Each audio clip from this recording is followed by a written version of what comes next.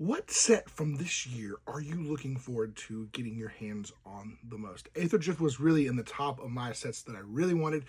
Honestly, Tarkir is getting up there as well. I'm really excited for it. Spider-Man is going to be there, and Edge of Eternity sounds exciting. Final Fantasy is still exciting to me. I'm looking forward to the set, but the only Final Fantasy I really know well is 10 and then the Kingdom Hearts. So I'm excited about the Commander deck for Titus, however you want to say it. Outside of that, though, I will have to wait and see. While there are cards there, I'll definitely get them and play with them and see how it affects. But today I want to talk about the sets coming out and also the pricing and some stuff like that. And not in a mean way, but I just want to have a discourse about it and just some thoughts about it. So welcome to MTG Thursday's Thoughts. And we've got new sets coming out. Tarkir is the next set, and you've got Edge Eternities. Those are the two normal sets the rest of this year.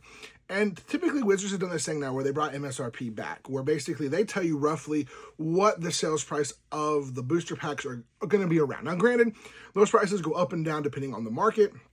As new, when the cards first come out, you should be paying right around MSRP for them. Now, granted, later on, things go up and down a little bit because of availability, price-wise on the market, stuff like that. But what they also do showing us is also the pricing for future sets that we can kind of expect what we're going to pay. I do like the fact that we can kind of see, okay, what are we going to have to be paying for these sets in the future?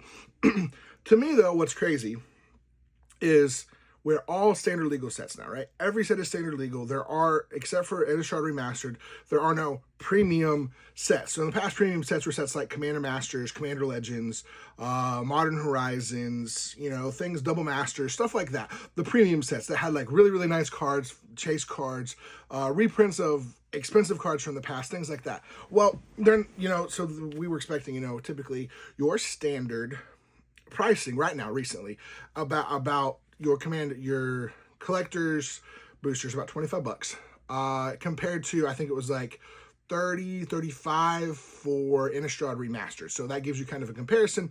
Premium set, non-premium set for Aether Drift.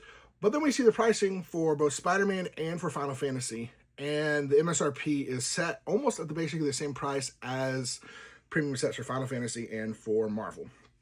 Granted, are they premium sets? They're standard legal sets. Now, granted, are there extra things they're going to put on there maybe we don't know about? I don't know. We obviously don't know everything about it. But I find it a little bit difficult in a sense that now these sets are so much more expensive that we're reading new people coming in. But for them to get collector boosters, it's $15 more almost, $13 to $15 more than what it's going to be to get a normal set. And that's not before pricing is going to go up on these things. Because here's the thing. I can already guarantee you, Final Fantasy has been selling out everywhere it goes. And there's going to be a scarcity of product, probably, in a sense, scarcity. So as far as there's going to be hard to come by and it's going to sell out fast. So you need to get your pre-orders in if you're going to get them. So much so that Amazon already limited pre-orders and stuff like that, how much you can get. Game stores probably are going to do the same thing because they want to make sure that people get it. I talked to my local game store. We're trying to secure some product for our whatnot, but also we understand they have that product as well. So we're trying to work on some stuff like that and get things as well secured for future as well. But the pricing on that is crazy to me a little bit high on these Final Fantasy and Marvel sets. Yes, they're cool sets.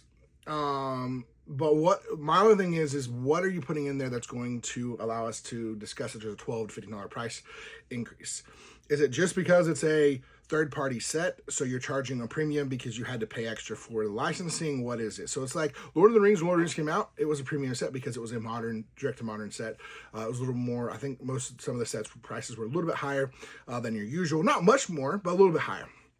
Whereas these are like $12 to $15 higher, roughly, depending on normal MSRP.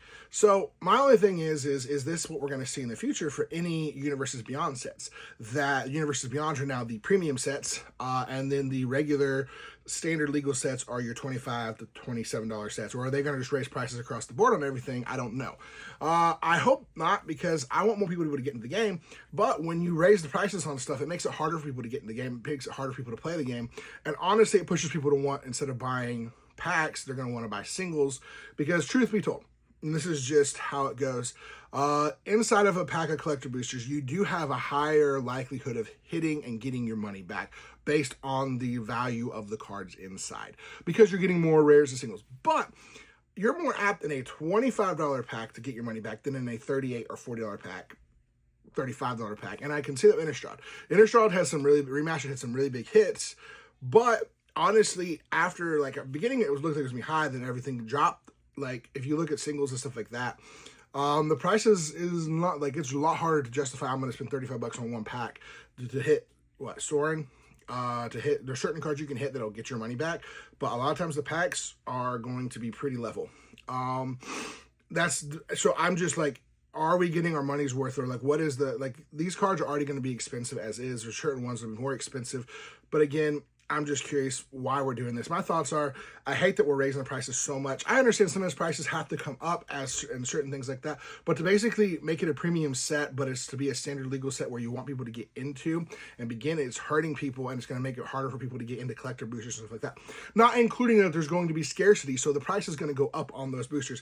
I guarantee you, once stuff starts selling out, you're going to see, for Final Fantasy, you're going to see collector boosters going for around $50. That's just where it's going to probably be lying at. You're going to see for Marvel around the same thing. If they sold out and they can't get their hands on them, that's your price point that's going to be at. So they're going to sell them at, your MSRP would be 35 to 40 first, a little bit when things sell out, and then you start seeing the secondary market as far as like when people are listing them elsewhere. MSRP is going to go up. Stores aren't going to be able to say, oh, I can sell for 35 when everywhere else they're selling for 50, because then you basically have people coming in and buying them to resell, which is how the market kind of works. It's annoying, but that is my Thursday thoughts. I am just trying to figure out where we're going. If this is our price is going to go up, or are you going to give us some things in these packs that are making it worthwhile, more cards, better cards, something along those lines. I'm just curious on those ends. Again, this is just coming from my discussion. I don't want people to be hateful. I mean, again, I understand some business stuff, but I also understand that it is hard for consumers to see.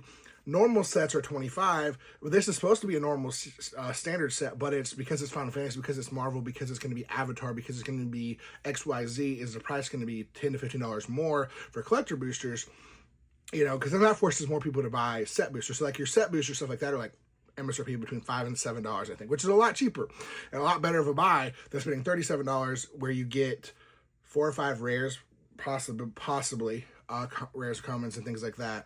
Whereas in like a set booster, you can get up to 3. Typically get at least 1. You're always guaranteed 1, but typically 1 to 2 in a lot of those. So that's my thoughts. What are your thoughts on the price rises, the different MSRPs that are supposed to be on these sets? I am hoping maybe there'll be some kind of resolution.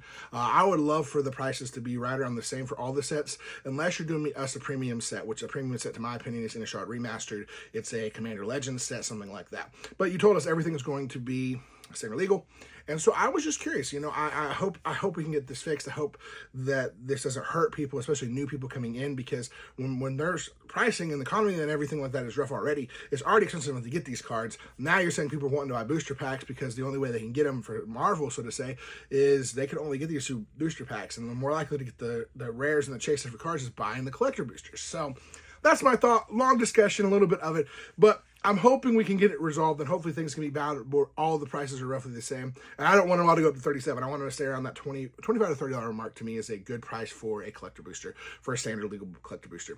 If you're getting something that's a little bit more premium as far as like remasters or stuff like that, yeah, raise it up a little bit. But outside of that, that's my thought on the thing. I'm just curious what we're going, seeing what's going to happen, and curious to see in the future if this is how Universes Beyond is going to be treated or not. Let me know in the comments below your thoughts, and as always, we'll see you next time.